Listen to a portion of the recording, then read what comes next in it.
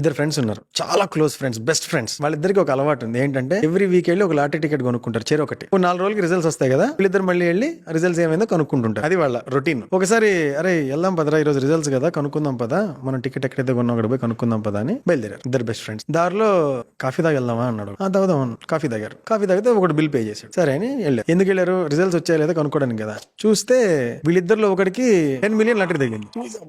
Super. ఎవరైతే ఇందాక కాఫీకి పే చేశారో వాడు కాకుండా ఇంకోటి ఉన్నాడు కదా, వాడికి తగిలింది. షాక్ అయిపోయి ఏంట్రా అసలు మీ ఊరికి వాళ్ళ రెగ్యులర్ ప్రాసెస్ లాగా వెళ్ళారు. ఇంకేంటి సూపర్. ఇద్దరు చాలా సంతోషంగా ఉన్నారు. ఫ్రెండ్స్ కే కదా వచ్చింది అన్నట్టు. వస్తూ ఒక BMW కంపెనీ షోరూమ్ ఉంటే దానిలోకి వెళ్ళారు ఇద్దరు. వెళ్తే ఈ లాటరీ తగిలినోడు అడిగాడు, అరే ఏ కార్ బాగుందిరా? అటు చూసి ఇది బాగుంది రో అన్నాడు.